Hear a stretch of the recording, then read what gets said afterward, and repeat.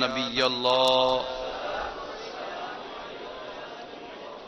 وعلی آلک واصحابک یا نور اللہ۔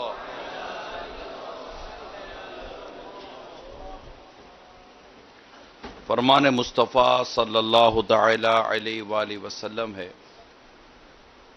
تم اپنی مجلسوں کو مجھ پر درود پڑھ کر آراستہ کرو، تمہارا درود پڑھنا قیامت کے روز تمہارے لیے نور ہوگا۔ صلو علی الحبیب صلی اللہ تعالی علی محمد۔ آج ذی قعدۃ الحرام کی پہلی تاریخ ہے۔ ماہ رمضان کو رخصت ہوئے پورا مہینہ ہو چکا ہے۔ اللہم بلغنا رمضان بصحت وعافیہ۔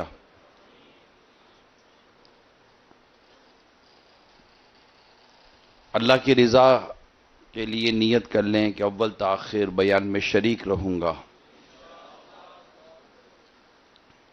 اہم مدنی پھول لکھ لوں گا، دوسروں تک پہنچانے کی بھی نیت کر لیجئے۔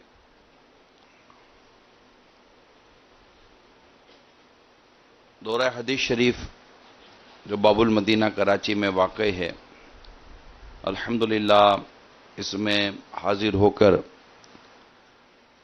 پاکستان بلکہ شاید ملک سے باہر بھی جامعۃ المدینہ کے طلباء کرام میں بیان کرنے کی سعادت حاصل ہو رہی ہے، اور جہاں دورہ حدیث شریف میں نئے یعنی طلباء کا پہلا سال ہے، وہاں بالخصوص جو پیش نظر طلباء کرام ہیں وہ ہیں جو ابھی جامعۃ المدینہ میں داخل ہوئے ہیں، جو اولیٰ میں ہیں۔ تو اللہ کریم ان کو بھی اس درجے تک آنے کی سعادت عطا فرمائے کہ وہ دل لگا کر پڑھتے رہیں اور آگے سے آگے بڑھنے کی کوشش کرتے رہیں۔ یہ بات کہی جاتی ہے، بلکہ اس کے کہنے میں کوئی زیادہ مبالغہ نہیں ہوتا کہ بڑی تعداد آگے نہیں بڑھتی، اور اولیٰ کے بعد ثانیہ تک پہنچتے پہنچتے یعنی دوسرے درجے تک پہنچتے پہنچتے کئی طلباء کرام پڑھنا چھوڑ دیتے ہیں۔ میٹھے میٹھے پیارے پیارے اسلامی بھائیوں، یقیناً ایک جذبہ، ایک ولولہ، ایک ہمت آپ کو جامعۃ المدینہ یا درس نظامیہ کی طرف لاتی ہے۔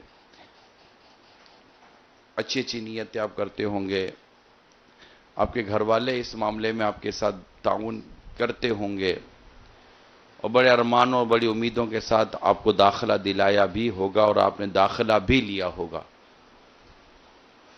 مگر شیطان چونکہ ہمارا کھلا دشمن ہے، وہ اس کی کوشش یہی ہوگی، وہ اسی پر محنت کرے گا کہ آپ کی اس اچھی اچھی نیتوں کو وہ مٹا دے، آپ کی ہمت توڑ دے۔ لیکن مدنی التجا ہے، اپنی ہمت کو ٹوٹنے مت دیجیے گا۔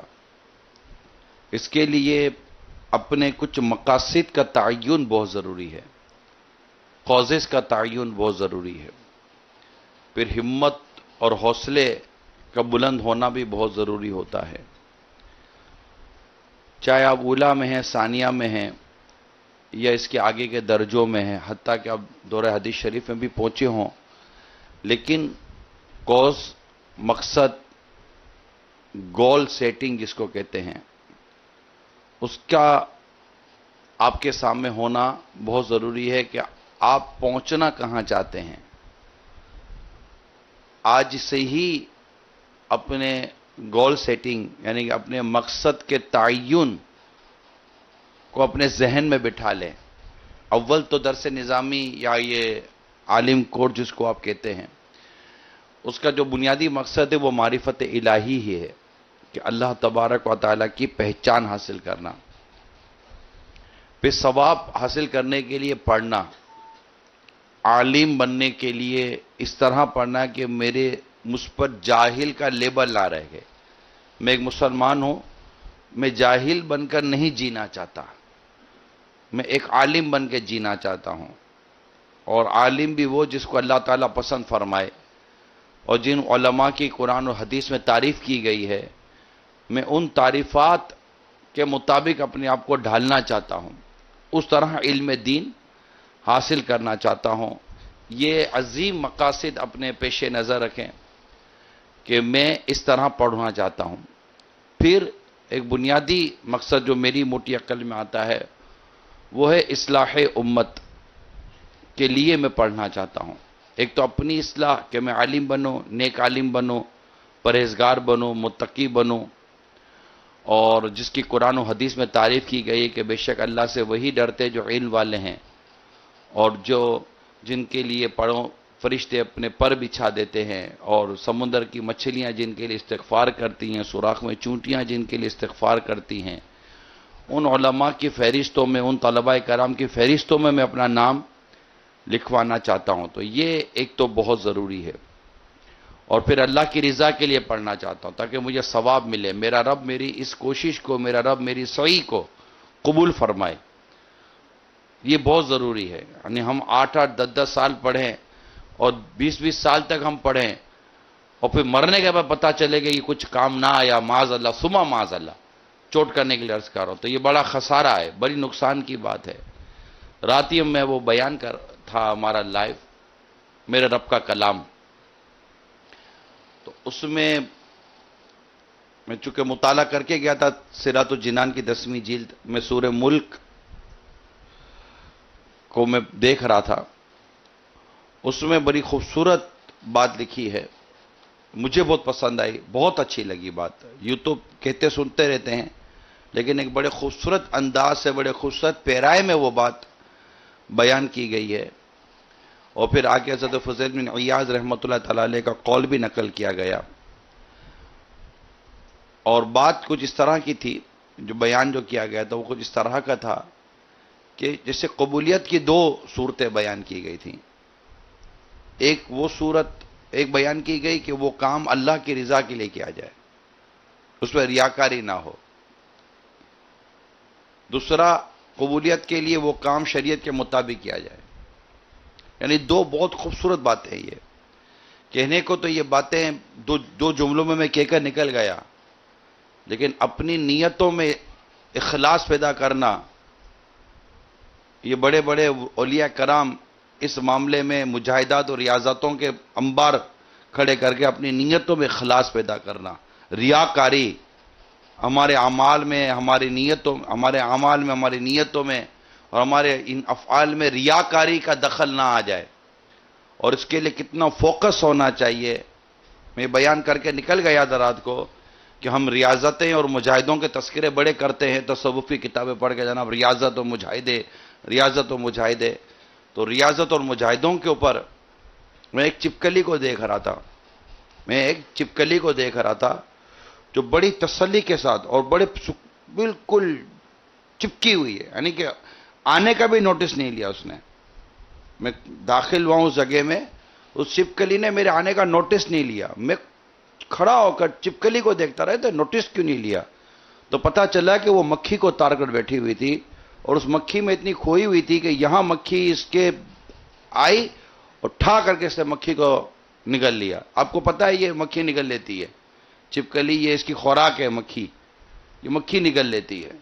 تو میں اس چپکلی کو دیکھتا سوچتا رہا کہ جس طرح یہ مکھی پر مجاہدہ کر کے بیٹھی ہوئی تھی کہ یہاں مکھی چپ نہ جائے اس کے اوپر سے، اور جیسے ہی مکھی اس کے سامنے آئی فوراً اس نے مکھی کو، حالانکہ مکھی کو ہم بلاک پکڑنے کی کوشش کرے، تولیہ سے ہمارے، چمچ سے ہمارے، کسی سے ہمارے، مکھی ہمارے قابو میں نہیں آتی. اور یہ چپکلی تھی جو ٹھا کر کے مکھی کو نگل گئی. اس نے کیسا زبردست مجاہدہ کیا ہوا تھا اس مکھی کے اوپر، کیسا مراقبہ کیا ہوا تھا. مجاہدہ بھی کیا بولوں، مجاہدہ تو اس کا وہی رینا کرنا ہی کم نہیں تھا، لیکن اس سے مراقبہ کیا ہوا تھا زبردست مکھی کا کہ یہاں مکھی اس کی رینج میں آئی اور یہاں یہ مکھی ایسی نگل گئی، پتہ ہی نہ چلا. ہم سے تو مکھی کھیلتی ہے، مکھی اسی کے قبضے میں آ گئی. تو یہ ایک چیز سیکھنے اور سمجھنے، مجھے تو کم از کم یہ کہ یہ چپکلی کچھ سمجھا گئی کہ کس طرح مطلب کہ کسی چیز کے ٹارگٹ میں رہا جاتا ہے کہ نکل کیسے جائے وہ ہمارے ہاتھ سے، تو یہ مکھی نکل کیسے جائے اس سے، تو یہ میں دیکھتا ہی رہ گیا اور آپ تک پہنچانے میں کامیابی ہو گیا۔ چلیں، تو عمل میں ریاکاری نہ آئے، یہ کام ہے، ایک عمل ہے جس پر بندہ غور کرتا رہے، اس کے لیے پوری ریاکاری کی کتابیں جو لکھی گئی ہیں ریاکاری پر وہ پڑھ لے، اور جناب اخلاص پر جو کتابیں لکھی گئی وہ پڑھ لے، اور پھر اپنے اعمال اور اپنے کردار کا بغور جائزہ لیتا رہے، اور اسی طرح ریاکاری پر نظر رکھے جس طرح وہ چپکلی نے مکھی پر نظر رکھی تھی کہ نکل نہ جائے، یہ مطلب یہ ریاکاری ہمارے اندر داخل نہ ہو جائے اور میں چک نہ جاؤں، اور ایسا نہ ہو کہ میرا وہ عمل جو میں نے برسوں تک کیا ہو وہ کہیں ضائع نہ ہو جائے۔ یہ بہت امپورٹنٹ، مطلب پیسے والا کیا پیسہ سنبھالے جس طرح نیکی کرنے والا اپنی نیکی کو سنبھالے۔ ایک پیسے والا پیسہ کمانے کے بعد جس طرح اپنی دولت سے محبت کرتا ہے کہ کوئی میری دولت کو لے نہ جائے، اس طرح نیکی کرنے والے کو کہ اپنی نیکی سے محبت نہیں کہ شیطان ریاکاری ڈالے اور نیکی لے جائے، یہ کیسے ہو سکتا ہے؟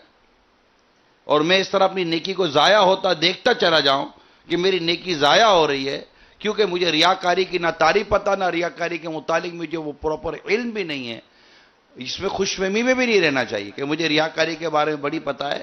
یہ مہلکات کے بیانات ہیں، اس طرف اترنا اور اس کو سمجھنا یہ ہر ایک کے بس کی بات نہیں ہے، یہ قلبی امراض کی بات ہوتی ہے۔ اور لوگوں کا بھی حال ہی میں جیسے کہ مثال دے رہا ہوں، امیر سنت کو ایک اسلام میں بتا رہے تھے، پچھلے دنوں یہ امیر سنت جب سحری کر رہے تھے، ہم پہنچے تھے، سحری آپ کر چکے تھے، تو کسی کی بات ہو رہی تھی کہ ایک بچے بھی نہیں تھے، ابھی تو شادی ہوئی تھی، جوان تھا اور ہارٹ فیل ہوا اور انتقال کر گیا، اللہ اس کی مغفرت کرے، غریق رحمت فرمائے۔ ہمارے اچھے عزیز ہیں، دوست ہیں، جاننے والے ہیں، حنیف سعیدی صاحب، تو ان کے بھائی کے متعلق انہوں نے بتایا، اللہ ان کو غریق رحمت فرمائے۔ تو ان سے چھوٹے تھے، تو امیر سنت نے ان کے لیے بھی دعا کی، تو ہمارے اسلام بھائی کہنے لگے کہ کچھ تھا نہیں اور ہارٹ فیل ہو گیا۔ پاپا فرماتے یہ نہیں ہو سکتا، کچھ ہو نہیں، ہوگا اندر ہوگا، اس کو پتہ نہیں ہوگا۔ بہت پتے کی بات کر گئے، فرماتے اندر ہوگا، پتہ نہیں ہوگا، اور وہ اندر کی چیز کب ہارٹ اٹیک بن کے سامنے آ گئی اس کو پتہ ہی نہ چلا۔ بات بڑی پتے کی کہ اب اندر ہوگا مگر اس کو پتہ نہ ہوگا۔ جب ظاہری بیماری اندر ہو اور جسم کو پتہ نہ چلے، تو باطنی بیماری اندر ہو، روح کو پتہ نہ چلے، یہ بھی تو ہو سکتا ہے۔ ہمیں نہ پتہ چلے کہ ہمارے اندر ریاکاری اور ہمارے تکبر بھرا پڑا ہے، اور ہم سمجھے کہ ہمارے اندر کچھ بھی نہیں ہے، ہم اپنے آپ کو ستھرا سمجھتے ہوں، اور پتہ چلے کہ یہ غلاظت ہمارے اندر بھری ہوئی ہے۔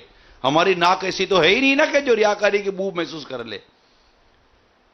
بھائی ریاکاری کی بو نہ ہو، ایک گمان کر رہا ہوں، جو غیبت کی بو ہے تو ہو سکتا ہے ریاکاری کی بو ہوتی ہو، تکبر کی بو ہوتی ہو، یہ افعال یا اعمال بھی اپنے اندر ایک زبردست بدبو لیتے ہوں، ایک سمجھانے کے لیے عرض کر رہا ہوں، مگر ہماری ناکیں ایسی نہیں ہے کہ جو ان کی بو اور ان کی وہ چیزوں کو محسوس کر سکے۔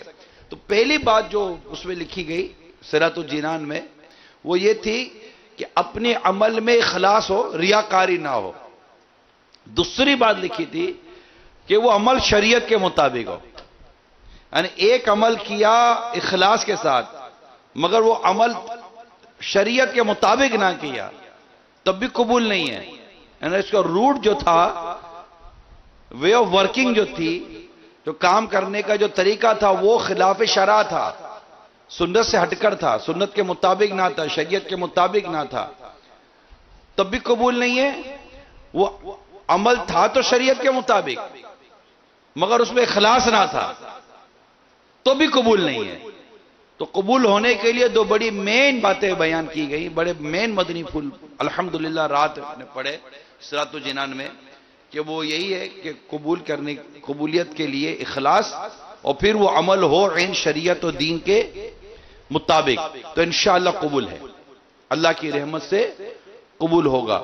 تو ہمیں اس بات کو ہرگز نظر انداز نہیں کرنا کہ ہمیں اپنا یہ پیریڈ، اپنا یہ جو ٹائم پورا کرنا ہے، اس میں دو مین چیزیں ہیں کہ ہمیں ایک تو شریعت مطہرہ کے مطابق رہنا ہے، پڑھنا ہے، اور دوسرا اخلاص. اب اتنا طویل عرصہ ہے، یعنی یہ ایک دو رکعت نماز نہیں ہے کہ 5 منٹ کے اندر پڑھ کے نکل گئے. اب بڑی مشقت کر کے اپنے اندر وہ ریاکاری سے بچ کر اخلاص کے ساتھ 2 رکعت پڑھ جائے.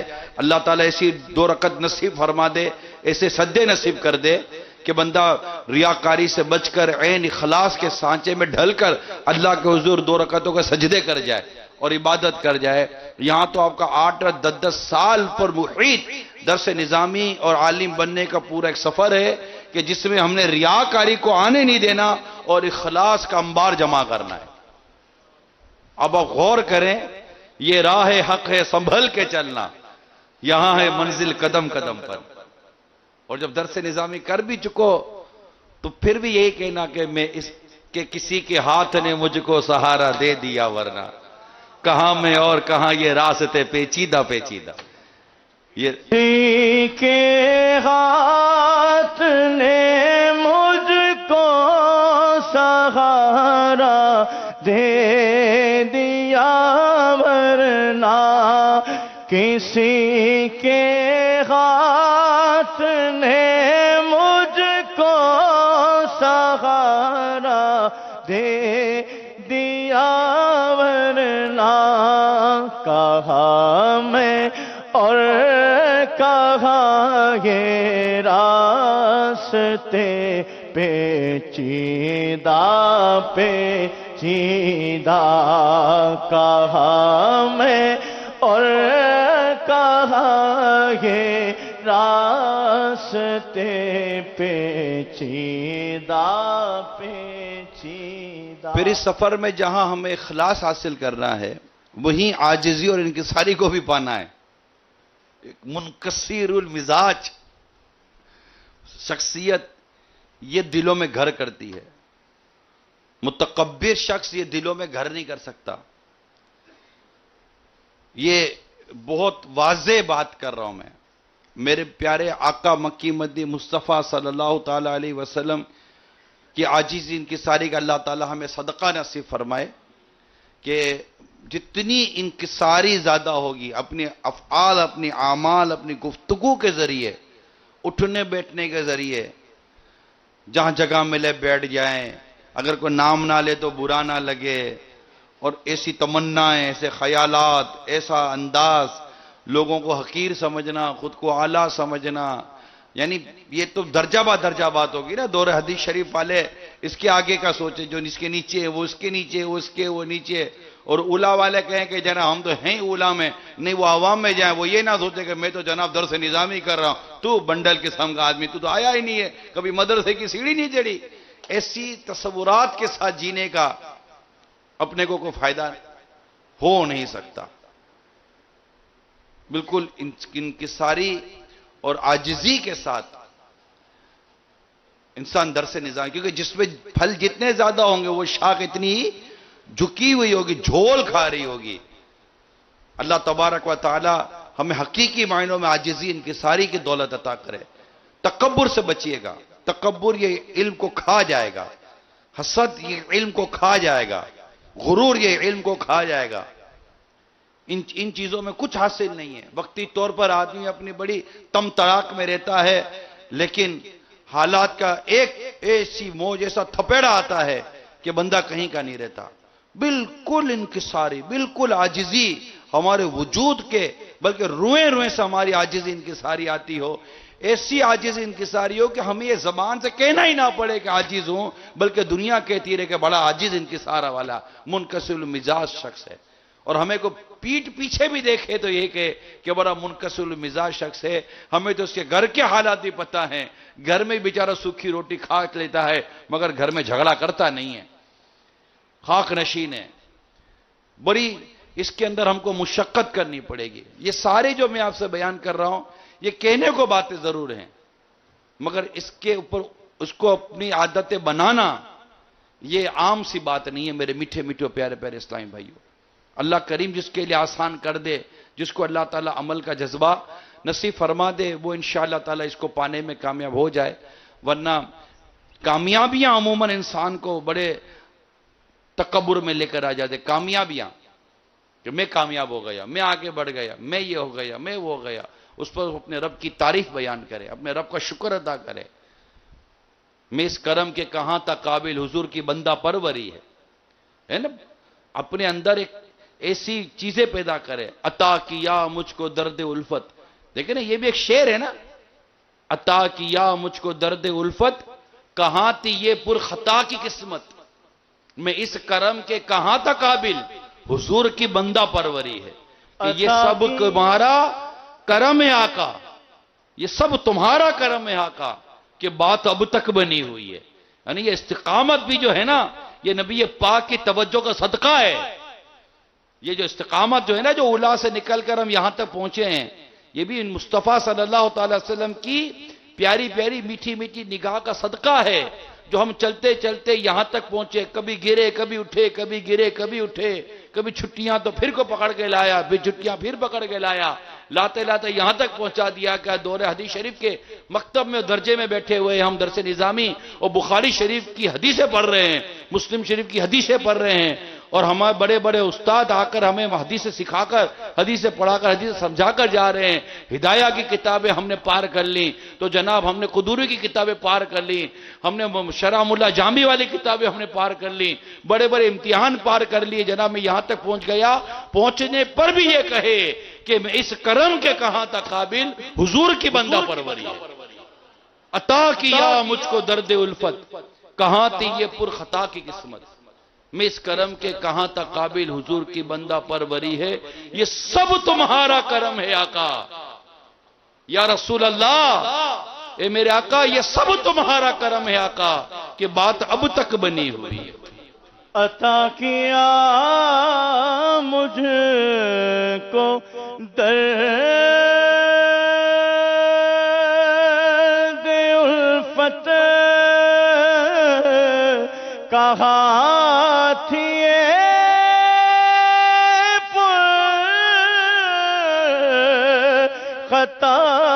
پر خطا کی قسمت. میں اس کرم کے کہا تھا قابل، میں اس کرم کے کہا تھا قابل. حضور کی بندہ پروری ہے، یہ سب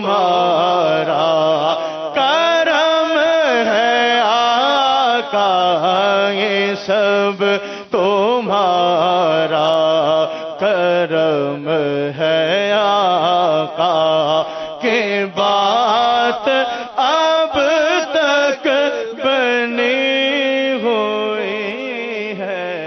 یہ سب تمہارا کرم ہے آقا، یہ سب تمہارا کرم ہے آقا، یہ سب تمہارا کرم ہے آقا، کہ بات اب تک بنی ہوئی ہے. آقا صلی اللہ علیہ وسلم کی توجہ کا صدقہ ہم جہاں بھی، جس بھی کامیابی کی سینے پر آپ نے قدم رکھا، یہ طے ہے کہ یہ مصطفیٰ کی توجہ کا صدقہ ہے صلی اللہ تعالی علیہ. اگر ان کی توجہ نہ ہو تو کوئی کامیابی کا زینہ پر ہم قدم رکھ نہیں سکتے. جس بھی کامیابی کے زینے پر قدم رکھا، بلکہ میں کہوں کہ ایک حدیث پاک کی عبارت آپ نے پڑھ لی، ایک حدیث پاک کا مفہوم سمجھ لیا، ایک ہدایہ کی عبارت سمجھ لی، فقہ کا مسئلہ سمجھ لیا، کوئی ایسی نعمت، کوئی ایسی برکت نصیب ہوئی، فوراً کہہ دو یہ سب تمہارا کرم ہے آقا، یہ سب تمہارا کرم ہے آقا، یہ سب تمہارا کرم ہے آقا،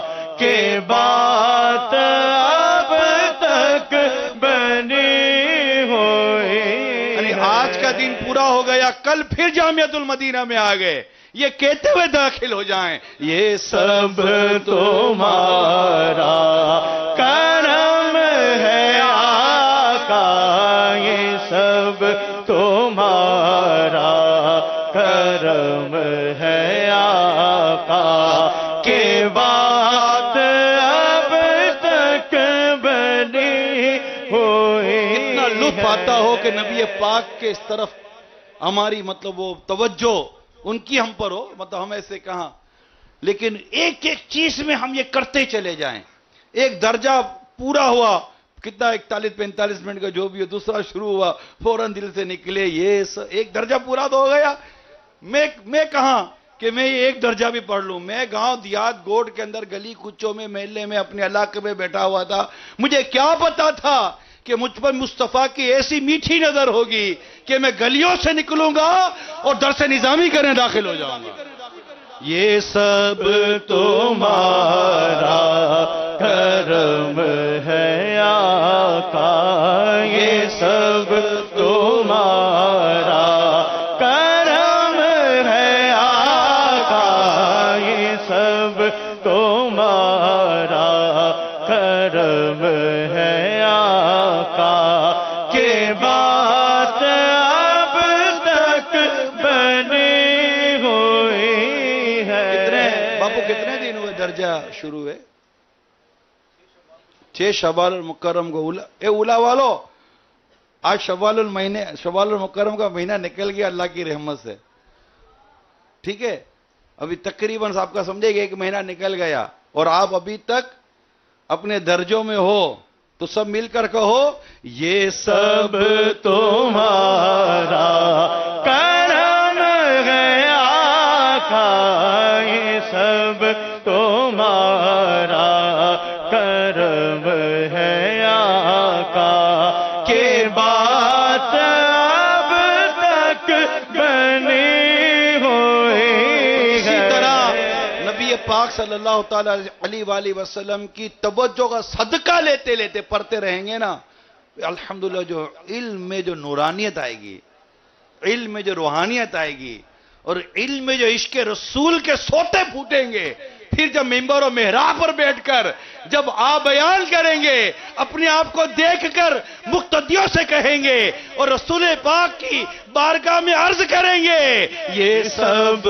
تمہارا کرم ہے آقا، یہ سب تمہارا کرم ہے آقا، کہ بات اب تک بنی ہوئی ہے، یہ سب تمہارا کرم ہے آقا، کہ عطا کیا مجھ کو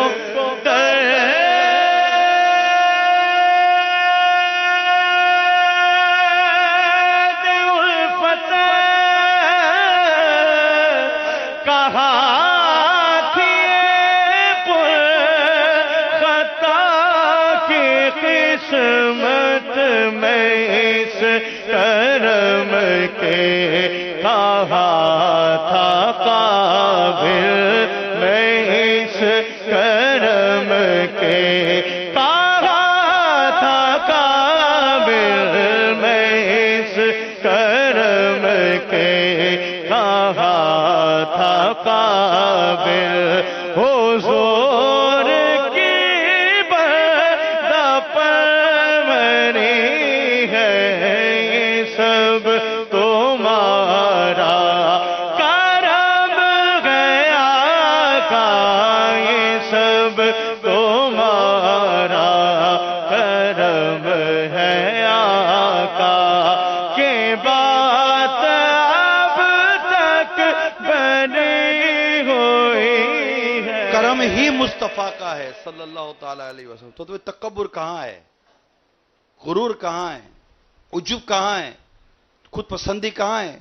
یہ تو سب ان کی توجہ کا صدقہ ہے کہ میرے جیسا گناہگار سیاہکار شخص یہاں بیٹھا دور حدیث مکتب میں ان میں بیان کر رہا ہے۔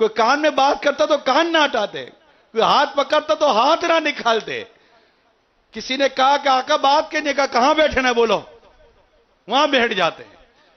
یہ عاجزی انکساری کا صدقہ. ان سے بڑھ کر عالم کون اللہ کی مخلوق میں؟ ان سے بڑھ کر عالم کون؟ ان سے بڑھ کر مرتبہ اور درجہ کس کا؟ سب سے اولا و اعلی ہمارا نبی, سب سے بالا و اعلی ہمارا نبی.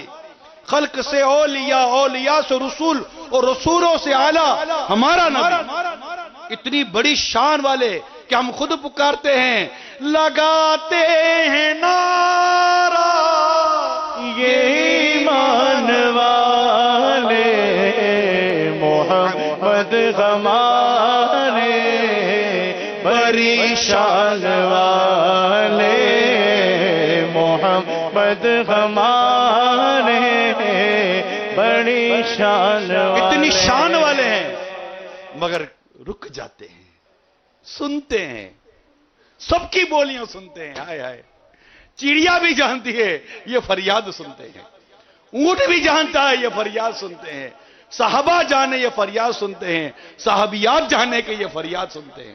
وہ سنتے ہیں اور سب کی فریادیں پوری کرتے ہیں, سب کی جھولیاں بھر بھر کر دیتے ہیں.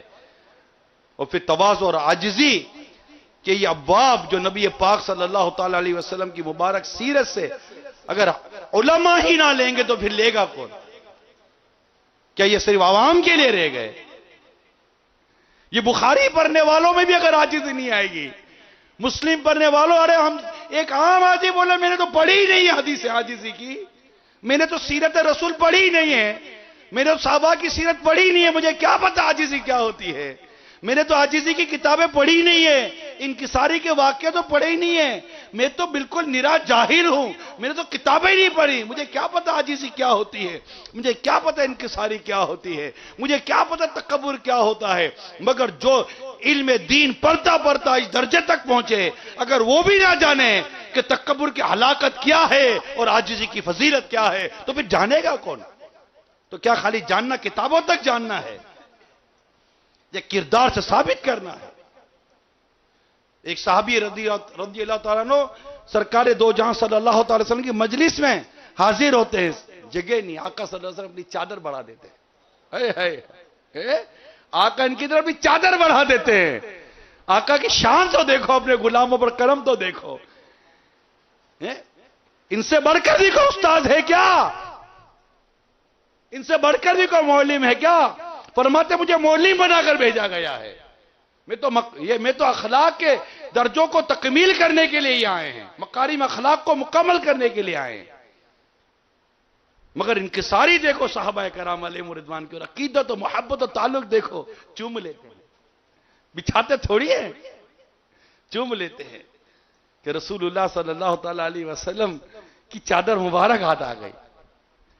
تو آقا دو جہاں صلی اللہ تعالی علیہ وآلہ وسلم اپنے لیے تو کوئی خصوصی نشست تک نہیں رکھی تھی. ہم واقعات تو پڑھیں, واقعات تو پڑھیں. اپنے گھروں کے کام کر لینا, بکری کا دودھ دھو لینا, جوتے کے تسمیہ درست کر لینا, یہ صرف کیا کتاب کی باتیں رہ گئی؟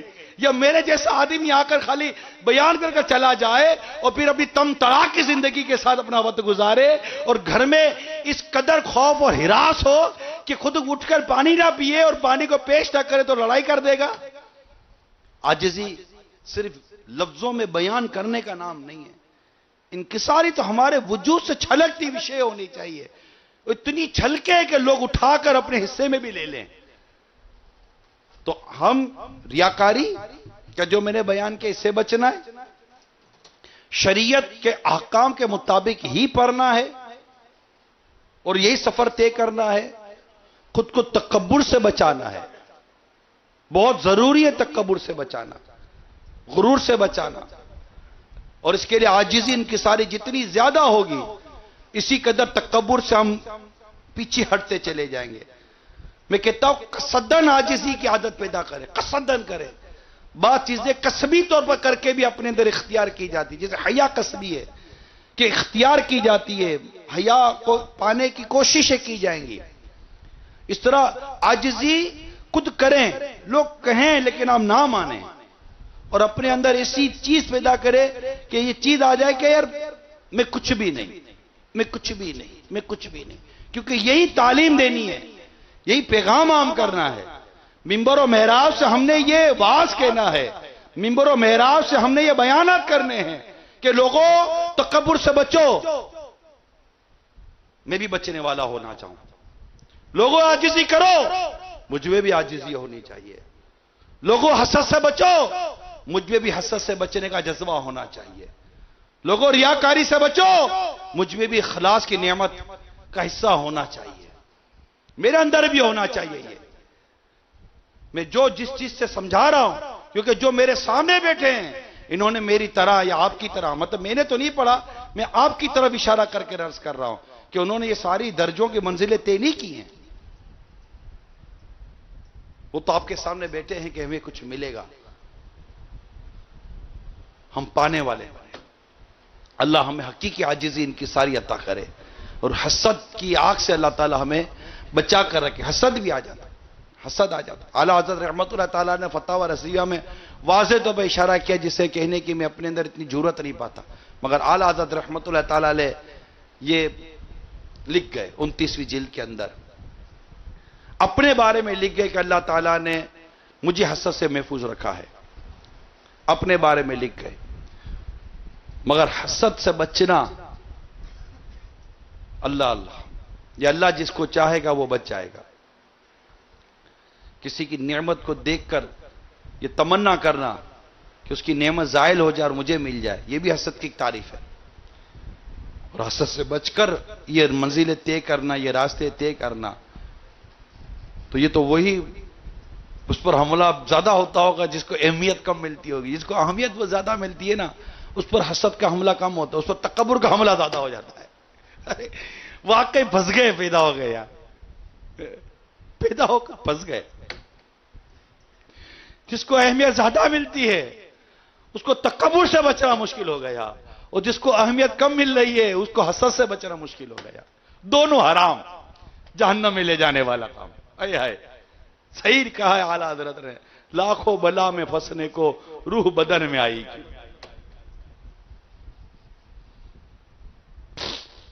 اور حسد بھی ایمان برباد کر دے تو کیا تعجب، تکبر ایمان برباد کر دے تو کیا تعجب۔ شیطان کو تکبری تو لے ڈوبا، شیطان کو تکبری تو لے ڈوبا۔ شیطان جنات کے ان لوگوں، جنات کی اس مخلوق میں تھا کہ جب اللہ تبارک و تعالی نے جنات پر عذاب نازل کیا اور فرشتوں نے جب ان کو سزائیں دی، وہاں پر یہ چھوٹا سا بچہ تھا جنات، یہ ابلیس، عزازیل اس کا جو نام تھا۔ ابلیس مایوسی سے آیا ہے، یہ اللہ کی امید، رحمت کی امید سے مایوس ہو چکا ہے کہ وَقَانَ مِنَ الْكَافِرِينَ، وہ کافروں میں سے ہو گیا۔ تو یہ تو وہ جب پہلے تو انسان نہیں تھے نا، جنات تھے۔ انسان جنات کے بعد پیدا کیے گئے، پہلے جنات قوم تھی، اور ان میں بھی جب شرارتیں ہوتی تھی، یہ شریرت، یہ شریر یہ کرتے نہیں تھے، بعد میں ان میں شرارتیں شروع ہو گئی، اور انہیں بھی سمجھایا جاتا جس طرح انسانوں کی خطاب ہے نا، اور پچھلی قوموں کے عذاب بیان کر کے کہ تم مت کرنا، جنات قوم کو بھی یہ سمجھایا جاتا تھا تم مت کرنا، ورنہ تم سے پہلوں کو جس طرح تباہ کیا گیا تمہیں بھی تباہ کیا جائے گا۔ ان میں بھی شرارتیں شروع ہوتی تھی، اللہ تعالیٰ فرشتوں کو بھیجا کہ جا کے ان کو سزا دو۔ اس میں یہ عزازیل مل گیا، بڑا خوبصورت اور حسین و جمیل تھا، اور فرشتے اسے لے کر بارگاہ الہی میں حاضر ہو گئے۔ اللہ تعالیٰ کو تو سب پتا تھا، پھر یہ فرشتوں میں رہنے لگا، عبادتیں کرنے لگا، عبادتیں کرنے لگا، پھر واعظ کہنے لگا۔ کیا کچھ نہیں کیا اس نے، اس کو کیا کیا منصب نہیں ملا، میں نے پڑھا اس کو، کیا کیا منصب نہیں ملا اس کو، اور منصب ملتے ملتے ملتے ملتے یہ یہاں تک ہزاروں سال گزار دیے اس نے، ہزاروں سال گزار دیے، کبھی کون سا منصب، کبھی کون سا منصب، کبھی کس مقام پر رہا یہ، اور اس کے سامنے تخلیق بھی آدم علیہ السلام کی، اور تکبر کر گیا، تکبر کر گیا، اللہ کی نافرمانی کر گیا۔ ایسا مطلب اس کا، آپ اگر اس کا جو پیریڈ جو اس کا گزرا ہے، اب پتہ نہیں مجھے ملے گا بھی کہ نہیں ملے گا، اس کا جو پیریڈ گزرا ہے نا، پڑھنے جیسا. انشاءاللہ مدنی چینل پہ ایک سلسلہ لا رہے ہیں شیطان کے بارے میں, پورا اس کا انٹروڈکشن دیں گے, اور اس قرآن کی اتنی آیات ہے اس کے بارے میں, اتنی آیات ہے اس کے بارے میں اتنا قرآن نے بیان کیا ہے اس دشمن کے معاملے میں. پڑھے تو صحیح کہ قرآن کہتا کیا ہے اس دشمن کے معاملے میں, کیونکہ جس کے بارے میں خود اللہ ہم کو فرماتا ہے یہ تمہارا کھلا دشمن ہے. تو شیطان کیسا تباہ ہوا, اس کے سامنے آدم علیہ السلام کی تخلیق ہوئی اور وہاں تکبر کر گیا. ابا واستکبر, قرآن خود کہتا ہے تکبر کر گیا. خلق انا خیر منہ, کیسے ہماری زبان پر آیا یار یہ جملہ؟ تو شیطان نے کہا تھا آدم علیہ السلام کو دیکھ کر, جب اس کو سجدے کا کہا گیا, اس کو پوچھا گیا کہ تجھے کیا تھا کہ تجھے میرے حکم پر بھی سجدہ نہ کیا. اللہ تعالیٰ کو تو سب پتا ہے نا کہ تو سجدہ کیوں نہ کیا, بلکہ جب فرشتے لے کر آئے تھے, جب یہ چھوٹا بچہ تھا عزازیل, میرا رب تو اس وقت بھی جانتا تھا کہ اس کا انجام کیا ہونا ہے, اور لوہے محفوظ پہ اس کا انجام لکھا تھا, مگر لوہے محفوظ اس سے چھپا رہ گیا, اس کو نہ دکھائے گا تیرا انجام کیا ہے. اور اس کو پوچھا گیا کہ تو نے کیوں نہ سجدہ کیا جب میں نے کہا تھا. اللہ فرماتا ہے تو کہتا انا خیر منہ, اللہ کے بارگاہ میں جواب دیتا ہے. کیسا مردود ہے یہ, تکبر کھا گیا نا اس کو. انا خیر منہ, انا اللہ ہماری انا کو فنا کر دے, ہمیں تکبر سے اللہ بچا کر رکھے. اس شیطان کے اس پورے اس کے اندر اس کی جو بربادی ہے, اس پہ دو مین فیکٹر ہیں, ایک تکبر ایک حسد. اس کے اندر انکساری نہ آئی, عاجزی نہ آئی, یہ تواضع نہ کر سکا اور یہ تکبر کر گیا. انا خیر منہ خلقتنی من نار, کہ مجھے آگ سے بنایا. آگ کہاں جاتی ہے؟ جب آگ جلاؤ تو اوپر کو اٹھتی ہے. خلقتنی من نار خلقتہ من طین, اور اسے مٹی سے بنایا, مٹی نیچے آتی ہے. انا خیر منہ, میں اس سے بہتر ہوں. تکبر کر گیا. اللہ تعالیٰ نے اپنے دربار سے دور کر دیا. ہمارے لیے آزمائش ہے, اس کے لیے ہم پر امتحان ہے, یہ ہم پر مسلط ہے. یہ ہم اس سے غافل ہو جاتے ہیں, مگر یہ ہم سے غافل نہیں ہوتا. اس سے مہلت مانگی, اس سے مہلت دی گئی. آگے سے, پیچھے سے, دائیں سے, بائیں سے, ہر جگہ سے بھیکانے کا اس نے دعویٰ کیا. اسپیشلی طور پر بدبخت کہتا ہے کہ جو تیری راہ پر چلے گا میں اسے ضرور بھیکاؤں گا. ہے یا نہیں ہے قرآن کریم کے اندر؟ جو تیری راہ کی طرف چلے گا میں اسے ضرور بھیکاؤں گا. مگر رب کی رحمت تو قربان جاؤں, جنہیں اللہ تعالیٰ نے مخلص کر لیا, چن لیا, یہ انہیں نہیں بھیکا سکتا. تو تکبر سے بچنا ہے, غرور سے بچنا ہے, اپنے اندر عاجزی اور انکساری پیدا کرنی ہے. میرے میٹھے میٹھے پیارے پیارے اسلامی بھائیوں, تیری عاجزی پہ لاکھوں, تیری سادگی پہ لاکھوں. ہو سلام عاجزانہ مدنی مدینے والے, کبھی جو کی موٹی روٹی تو کبھی کھجور پانی, تیرا ایسا سادہ کھانا مدنی مدینے والے. ہے چٹائی کا بچھونا, کبھی خاک ہی پہ سونا, کبھی ہاتھ کا سرہانا مدنی مدینے والے. اشعار بڑے اچھے ہیں, اللہ عمل نصیب کر دے. اشعار بڑے پیارے ہیں, یہ بڑے خوبصورت اشعار ہیں, پڑھنے میں مزہ بھی بڑا آتا ہے, ہم جھومتے بھی بہت ہیں. لیکن کھانا تھوڑا سا صحیح نہ آئے تو طبیعت خراب ہو جاتی ہے, بستر صحیح نہ ملے تو طبیعت میں بگاڑ آ جاتا ہے. اللہ ہمیں عاجزی انکساری کی نعمت نصیب کرے. اللہ تعالی ہمیں تواضع عطا کرے, تکبر سے بچائے, حسد سے بچائے. حسد سے اللہ تعالیٰ ہمیں محفوظ رکھے. کبھی بھی آپس میں ایک دوسرے پر حسد مت کرنا کہ یہ آگے بڑھ گیا, یہ یوں چلا گیا, اس کو یہ مل گیا, اس کو وہ مل گیا. حسد مت کرنا. اللہ تعالیٰ کی نعمت جس کو جتنی ملی آپ بھی خوش رہو, وہ بھی خوش رہے. جو ملا اللہ کی طرف سے ملا ہے. اگر اس کو ذہانت ملی ہے تو اللہ نے دی ہے, اس کو محبتیں مل رہی ہیں تو اللہ نے دی ہے, اس کو صحت ملی تو اللہ نے دی ہے, اس کو مقام مرتبہ مل رہا ہے, شہرت مل رہی, عزت بھی اللہ نے دی ہے. ارے اللہ کے دیے ہوئے پر کیوں جلتے ہو یار؟ چھوڑو نا, اپنا کام کرو اور اس کی نعمتوں کو دیکھ کر اللہ کا شکر ادا کرو. یا اللہ اس کی نعمت میں اور اضافہ کر, مجھے بھی برکت دے. تو نے اس کو اچھا حافظہ دیا, مجھے بھی دے دے. استاد کا منظور نظر بنایا, مجھے بھی بنا دے. اسے تقوی پرہیزگاری دی مجھے بھی. اچھا یہ بھی ہے اس کو عزت اور شہرت اور عزت مل رہی ہے, دولت مل رہی ہے نا, مجھے بھی دے مجھے بھی دے مجھے بھی دے. یہاں ہے رشک, نو ڈاؤٹ, یہاں رشک کی باتیں سنی جاتی ہیں. یا اللہ حسد نہیں ہے, رشک ہے. میں حسد کی بات نہیں کر رہا. اس کو شہرت بہت ملی ہے, اللہ اس کی شہرت میں اضافہ دے مجھے بھی دے. اس کو دولت بہت ملی ہے, یا اللہ اس کی برکت دے مجھے بھی دے. اس کو عزت بہت ملی ہے, یا اللہ اور دے مجھے بھی دے. ارے اس کو تہجد کی نعمت ملی ہے, بولا نا یا اللہ اسے اور دے مجھے بھی دے. اسے قرآن کی تلاوت بہت ملی ہے, بولا نا یا اللہ اسے اور دے مجھے بھی دے. اسے جماعت کی نماز پہلی سب میں تکبیر اولا کے ساتھ مسجد میں پڑھنے کی سعادت ملی ہے, اور وہ بھی سنت قبلیہ اور بعدیہ کے ساتھ ملی ہے. یا اللہ اسے اور دے مجھے بھی دے. محدثین نے لکھا ہے کہ دنیا کی یہ نعمتیں جو ملتی ہیں اس پر رشک کرنا یہ مباح ہے, مگر محمود رشک یہ ہے, محمود غبطہ یہ ہے کہ جو حدیث پاک میں آیا کہ اللہ نے کسی کو مال دیا, وہ دن اور رات میں اللہ کی راہ میں اس مال کو خرچ کرتا ہے, تو اس کو دیکھنے والا دعا کرتا ہے یا اللہ جس طرح اس کو دیا ہے مجھے بھی دے. کسی کوئی قرآن کی تلاوت کرتا ہے اور دن اور رات میں اللہ کے حضور کی تلاوت کرتا ہے, خوبصورت انداز ہے, اور اس کو دیکھنے والا کہتے ہیں اللہ جس طرح اس کو یہ نعمت دی مجھے بھی دے. اور محدثین کرام لکھتے ہیں یہ غبطہ, یہ رشک محمود ہے, پسندیدہ ہے. عبادتوں میں, ریاضتوں میں اللہ کا قرب پانے کے حوالے سے. ورنہ ہم تو دنیاوی چیزوں میں بھی, اس کو گاڑی ملی ہے نہیں ہے آپ کو حسد, رشک ہے. یا اللہ اس کو گاڑی دی ہے مجھے بھی دے. اس کو اچھی نوکری ملی ہے اللہ اور دے مجھے بھی دے.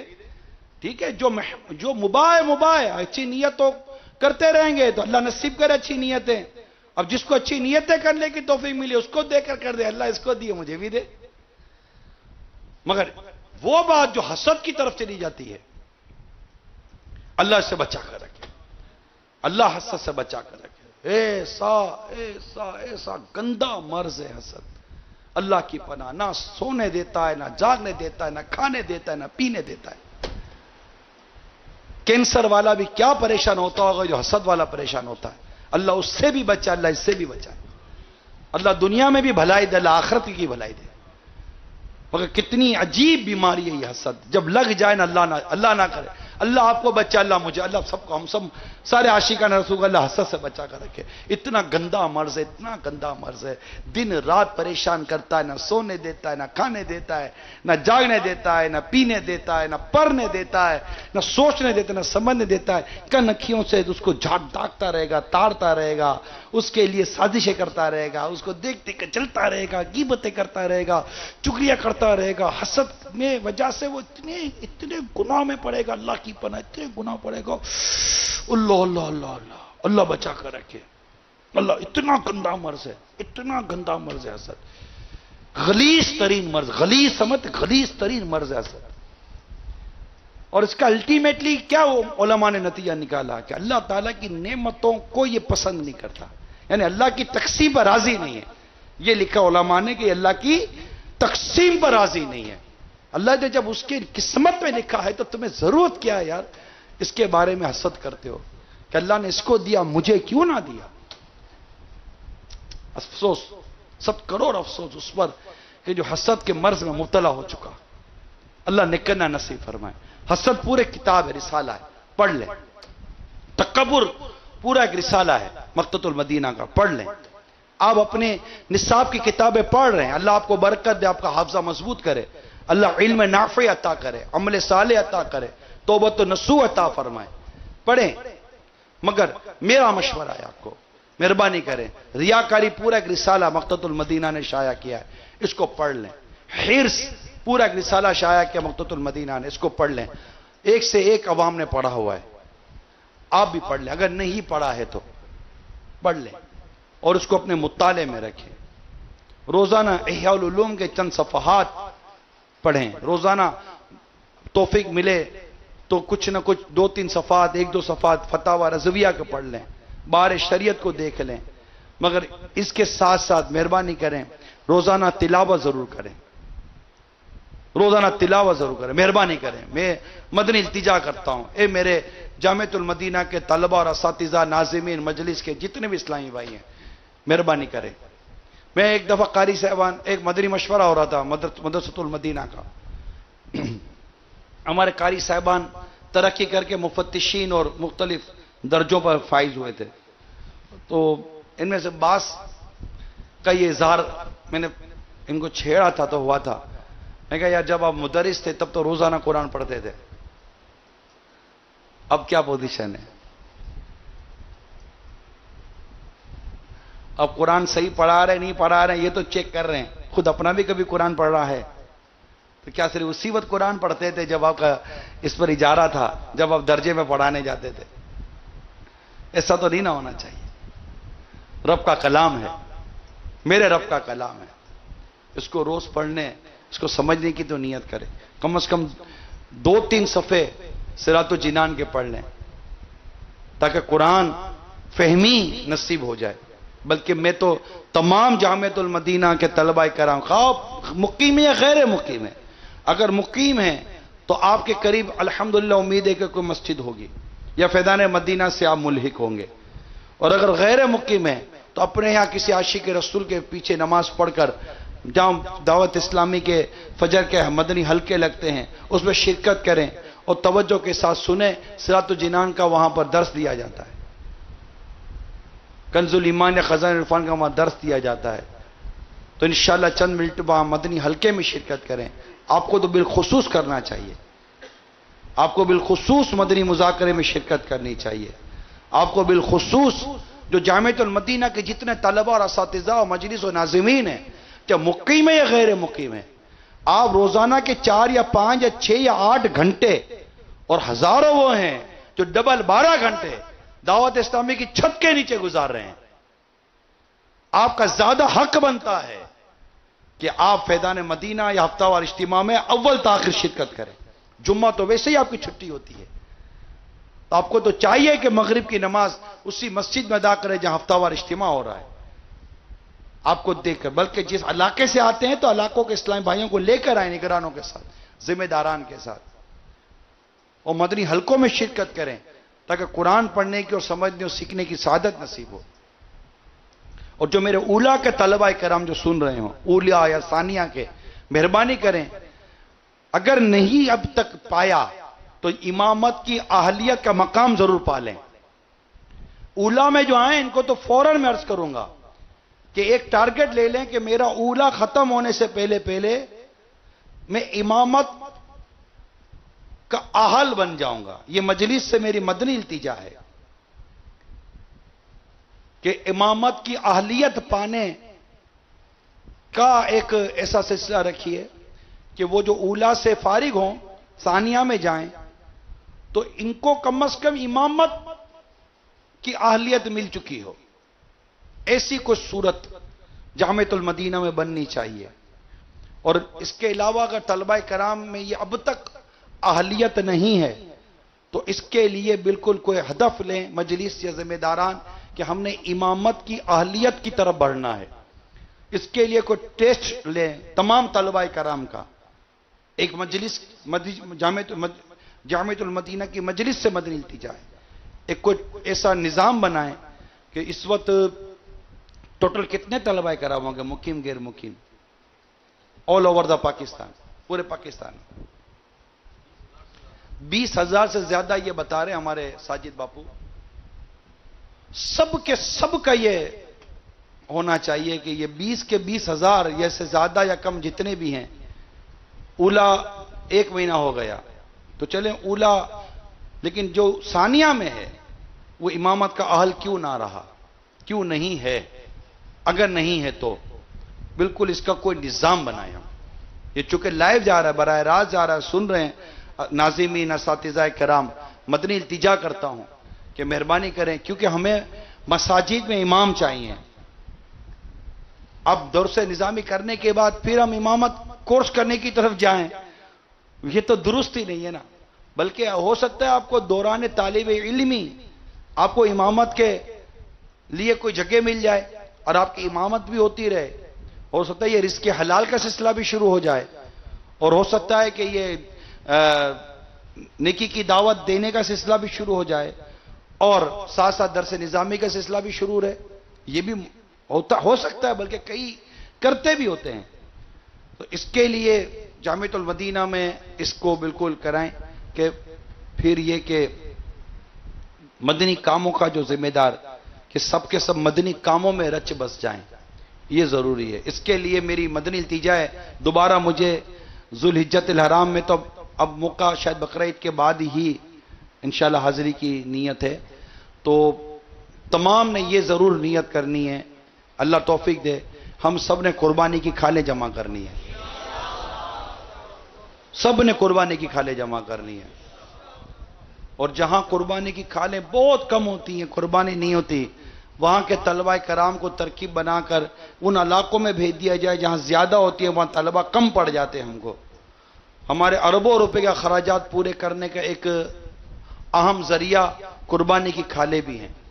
اور کئی ایسے علاقے ہیں کہ جہاں قربانی کی کھالیں زیادہ ہیں، ہمارے اسلامی بھائی کم ہوتے ہیں، وہاں طلبہ کرام نے اپنا کردار ادا کرنا ہے. تمام جتنے بھی جامعۃ المدینہ سے وابستہ اسلامی بھائی ہیں، سب کے سب یہ نیت کریں. جب مبلغین، معلمین، تمام ذمہ داران کوشش کرتے ہیں، جو کرتے ہیں کہ کھالیں جمع کریں، آپ بکنگ بھی کریں. اللہ آپ کو توفیق دے، بکنگ بھی کریں. اگر آپ بکنگ بھی کرنا چاہیں گے علاقوں میں تو بکنگ بھی کر سکتے ہیں آپ، لیکن ان بکنگ کے ساتھ ساتھ اللہ وہ دن لائے کہ مجلس جامعۃ المدینہ کہے کہ 100 کے 100% طلبہ کرام نے قربانی کی کھالیں جمع کرنے میں حصہ لیا ہے. تمنا کرنے میں کیا حرج ہے؟ تمنا تو کر سکتے ہیں نا.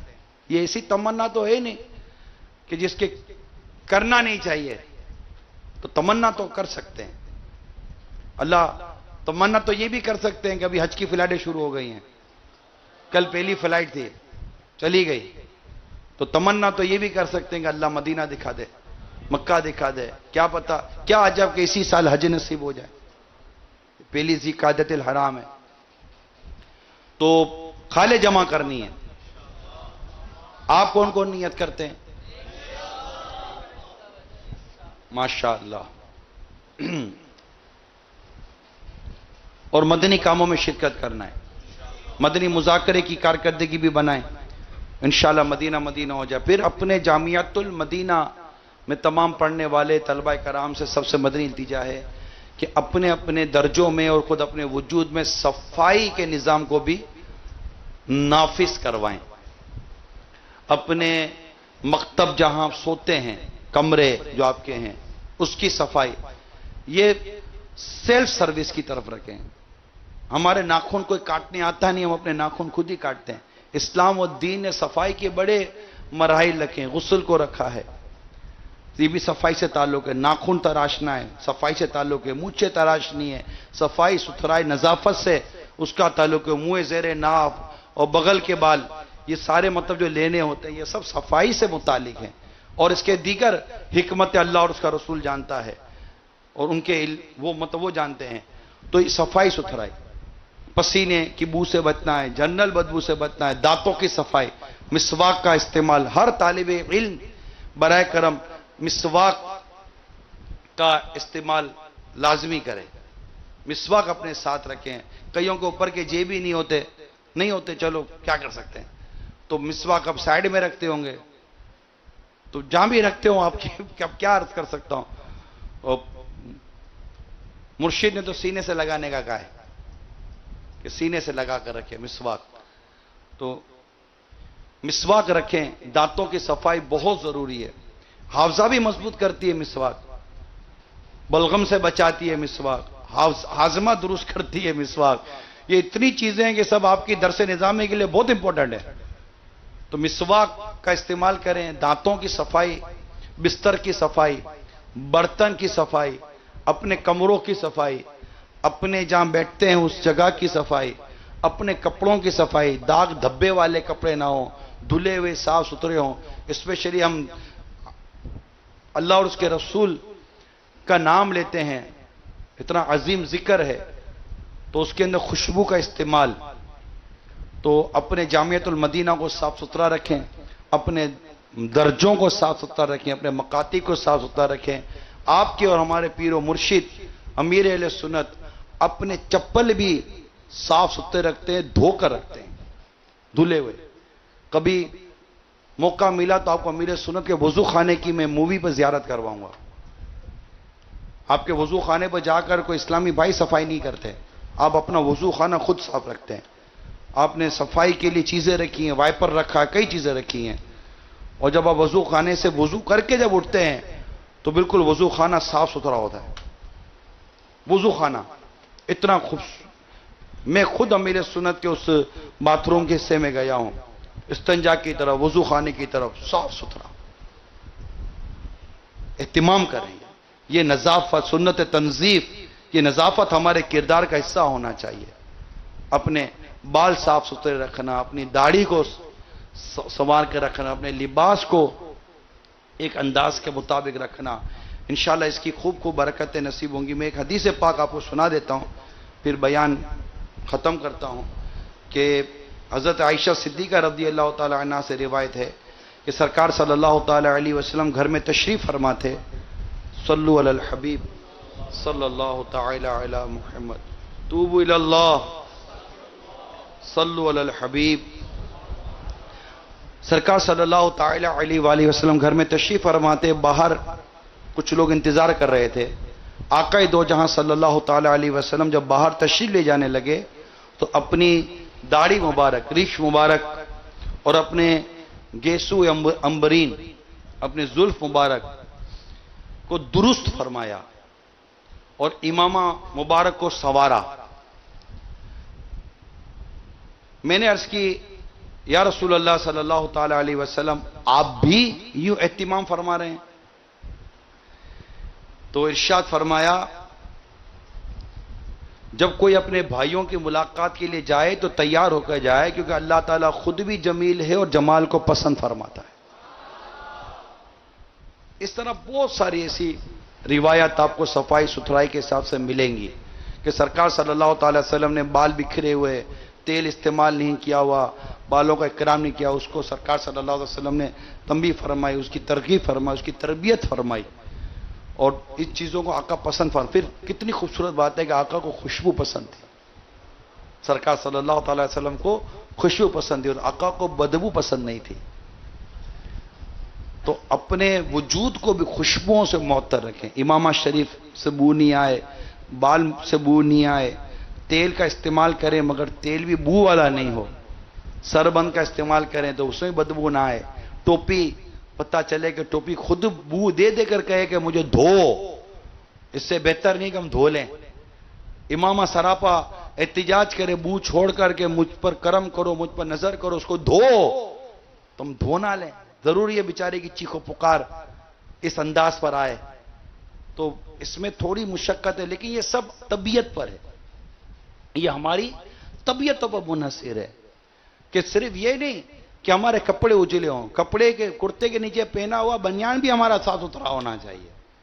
کہ پتہ چلے کہ وہ اوپر اوپر ہی ہے سب کچھ، اوپر اوپر اندر اندر سب صاف ستھرا. پھر اس اندر کا اندر بھی صاف ستھرا، ظاہر بھی اچھا، باطن بھی اچھا، دونوں کو سنواریں، دونوں کو ستھرا رکھیں. اور جہاں پڑھتے ہیں، جہاں سوتے ہیں، جہاں لکھتے ہیں، جہاں پر قرآن و حدیث کا علم حاصل کرتے ہیں، حتیٰ کہ میں کہوں کہ ہمارے باتھ روم استنجا خانوں کو بھی ایسا ہونا چاہیے کہ اگر کوئی باہر کا بھی آئے تو کہے کہ ہاں واقعی یہ علم سیکھنے والے یہ استعمال کرتے ہیں. تو اتنا نظافت کا، صفائی کا، ستھرائی کا ایک ماڈل انتظام ہے. بلکہ میں یہ عرض کروں گا ہماری جامعۃ المدینہ کی مجلس کے نگران کو کہ جو سب سے صاف ستھرا خوبصورت اس انداز پر جامعۃ المدینہ ہو اور پورا سال جس کے درجے نے سب سے زیادہ صفائی ستھرائی کا اہتمام کیا ہو اور جس درجے میں پڑھنے والے سب سے زیادہ صاف ستھرے اور اس طرح سنت تنظیف پر عمل کرنے والے ہوں، انہیں سال کے آخر میں ایک تحفہ ملنا چاہیے. ان کا باقاعدہ اناؤنس ہونا چاہیے کہ جامعۃ المدینہ کا فلاں درجہ فرسٹ، فلاں درجہ سیکنڈ، فلاں درجہ تھرڈ. تھرڈ کے نیچے نہیں آنا ہے، تھرڈ کے نیچے تو پتہ نہیں عجیب و غریب حالت ہو جائے گی. ٹھیک ہے، تو یہ کوئی اللہ کرے کہ صفائی ستھرائی کا ایسا نظام ہونا. بستر صاف جس پر سوئیں، جو چادر تکیے کا غلاف، اپنے بولے کھٹمل دو، کھٹمل کو آنے کی اجازت اپنوں نے دی ہوتی ہے. جب صفائی ستھرائی کی وہاں کھٹمل کا کیا کام؟ تو جس تکیے کے گلا پر سر رکھیں تو ایسا ہو نا، تو کوئی دوسرا سر رکھے تو وہ نیند تو نہ آئے، ہمارے بدبو کے بے ہوشی ہو جائے، پتہ چلے لمبی نیند میں چلا گیا. تو ایسا بھی نہ آنا ہو نا، چادر اوڑے آدمی تو پھر چادر سے بھی مہک آئے، تکیے کے غلاف سے بھی مہک آئے. میں آپ کو جو عرض کرنا چاہ رہا ہوں سمجھنے کی کوشش کریں. مہکتے رہیں. کیا مہکتے ہیں مہکنے والے؟ بو پہ ہیں، بھو پہ چلتے ہیں بھٹکنے والے. آئے بو پہ چلتے ہیں بھٹکنے اور والے. کیا مہکتے ہیں مہکنے والے. تو آقا صلی اللہ علیہ وسلم کی پیاری ادا بھی یاد رہے کہ آقا کو خوشبو پسند تھی. یعنی آقا کا ایک وصف ہے مبارک، خوشبو پسند. آقا کے پسینے سے بھی خوشبو تھی. تو عنبر زمین عبیر ہوا مشک تر گلاب، ادنا سی یہ شناخت تیری راہ گزر کی. کتنی خوبصورت باتیں ہیں. صحابہ کرام خوشبو سن کر پہنچ جایا کرتے تھے صلی اللہ تعالی علیہ وآلہ وسلم رضی اللہ تعالی عنہ. اللہ تعالی ہم سب کو علم نافع، عمل صالح عطا فرمائے، عالم با عمل بنائے اور دل لگا دے. میرے دور حدیث شریف کے طلبہ کرام، آپ کا بہت بہت شکریہ. آپ نے یاد بھی کیا تھا، مجلس کا شکریہ، انہوں نے بھی یاد کیا تھا. اور میری اولا کے تمام طلبہ کرام سے مدنی التجا ہے کہ جمے رہیے گا، جمے رہیے گا. بلکہ آج سارے اولا کے طلبہ کرام یہ عزم کریں کہ انشاءاللہ پورے کے پورے 100% ثانیہ میں داخلہ لیں گے. اچھا آپ تو ہیں ہی نہیں اولا والے، آواز کہاں سے آئے گی؟ چلو آپ سے بھی میں نیت کروا لیتا ہوں، دیکھتا ہوں آواز کتنی آتی ہے. 100 کے 100% تخصص الفقہ میں امتحان دیں گے. 100 کے 100%. ڈرنا نہیں ہے فیل ہو جاؤں گا، ڈرنا نہیں ہے. ہاں امتحان دینا ہے. کون امتحان دینے کی کون نیت کرتا ہے؟ اچھا اس میں یہ ہو کہ خامسہ اور اس کے اوپر کے درجوں میں ہلکا ہلکا تخصص کا تھوڑا تھوڑا ٹیسٹ دینا شروع کریں کہ یہ پڑھیں یہ پڑھیں یہ پڑھیں، تاکہ یہاں تک پہنچتے پہنچتے بھی ان کا کچھ تو یہ انشاءاللہ آپ کی پرسنٹیج بڑھتی چلی جائے گی. اور مطالعے پر خاص دھیان دیں کیونکہ بڑی اہم ترین منزل ہے مفتی بننے کے لیے، اور یہ ہدف ہے انشاءاللہ تبارک و تعالی. میری نیت ہے کہ ایک دن ایسا آئے اللہ نے چاہا تو 126 اسلامی بھائیوں کا تخصص کا درجہ ہو جس کا مدنی مشورہ کرنے کی سعادت پاؤں انشاءاللہ. یہ جاگتی آنکھ کا خواب ہے، انشاءاللہ پورا ہوگا. کئی خواب دے کے جاگتی آنکھوں سے اللہ کی رحمت سے پورے ہوئے، یہ بھی جاگتی آنکھوں کا خواب ہے انشاءاللہ. اس بار کا درجہ کتنا ہے؟ 40 کا. یعنی جہاں 4 کا نہیں تھا وہاں 26 کا ہوا، 26 سے اب 40 کا ہوا. تو یوں منزل کی طرف بڑھ رہے ہیں انشاءاللہ. اب دورہ حدیث شریف میں کتنے؟ 186 یہاں پر، اور ٹوٹل کتنے؟ تو 40 تو یہاں کا درجہ ہے نا ٹوٹل تخصص فی الفقہ میں. مرکز اولیاء میں بھی تو ہوں گے نا، وہاں بھی ہوں گے. 35 کے آس پاس وہاں ہیں. اچھا مطلب 80 کا فگر پکڑ رہے ہیں ہم لوگ. اب 126 تک پہنچنے میں کتنی دیر لگے گی بھائی؟ ایک ہی سال ہے یار، آتا سال انشاءاللہ کم از کم 126 تخصص فقہ کے طلبہ کرام کا انشاءاللہ مدنی مشورہ کریں گے. ہاں بھائی لاج رکھو گے؟ ہاں تو وہ اس کے لیے ضروری ہے پاس ہو کر جانا ہے.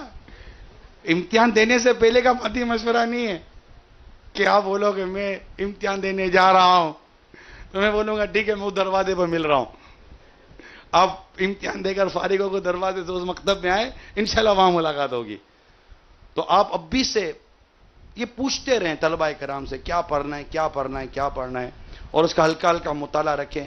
مفتی بننا ہے، یاد رکھو مفتی بننا ہے، زبردست عالم بعمل بننا ہے. ایک بار ممبر و محراب پر بیٹھ کر ایسا شیطان کو للکارنا ہے کہ وہاں کا بچہ بچہ نمازی بنانا ہے. بس یہ ٹارگٹ ہے. آپ سب نے امام بننا ہے. امام نہیں یار، آپ امام نہیں بننا چاہتے کیسے ہوگا؟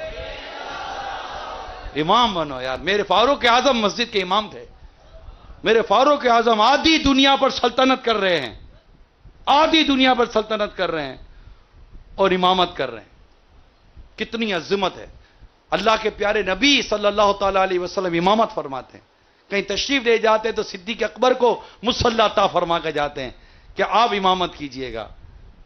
اور جب خود تشریف لاتے ہیں تو صدیق اکبر پیچھے آتے ہیں، آقا امامت فرماتے ہیں. کیا نماز تھی وہ. صحابہ کرام کی عقیدتوں پر قربان ہے، صدیق اکبر کے عشق پر قربان، میرے آقا کی اس نماز پر قربان کہ صدیق اکبر کیسے پیچھے آئے، آقا کیسے آگے گئے اور نماز بھی پوری کر لی، مدینہ مدینہ ہو گیا. کیا شان ہے اس نماز کی. تو امامت انشاءاللہ ممبر و محراب کے ذریعے انشاءاللہ اصلاح امت کا کام کرنا ہے، دعوت اسلامی کے ڈنکے بجانے. کون آپ میں سے ہے کوئی امامت کی نیت کرنے والا؟ امامت ایسی زبردست امامت انشاءاللہ، اور زبردست بیان اور نیکی کی دعوت، اور محلے میں مدینہ مدینہ کر دیں گے انشاءاللہ. آپ جیسا امام ہوگا 11ویں کی 11ویں کرے گا، 12ویں میں 12ویں بھی کرے گا، 25ویں بھی کرے گا، خواجہ کی 6ٹی بھی کرے گا انشاءاللہ، اور انشاءاللہ رمضان میں 26ویں بھی کرے گا. اعتکاف بھی کروائیں گے انشاءاللہ اپنی مسجد میں، پورے مہینے کا اعتکاف کروائیں گے انشاءاللہ. اللہ عمل کرنے کی توفیق عطا فرمائے. آمین بجاہ النبی الامین صلی اللہ تعالی علیہ وآلہ وسلم. صلو علی الحبیب.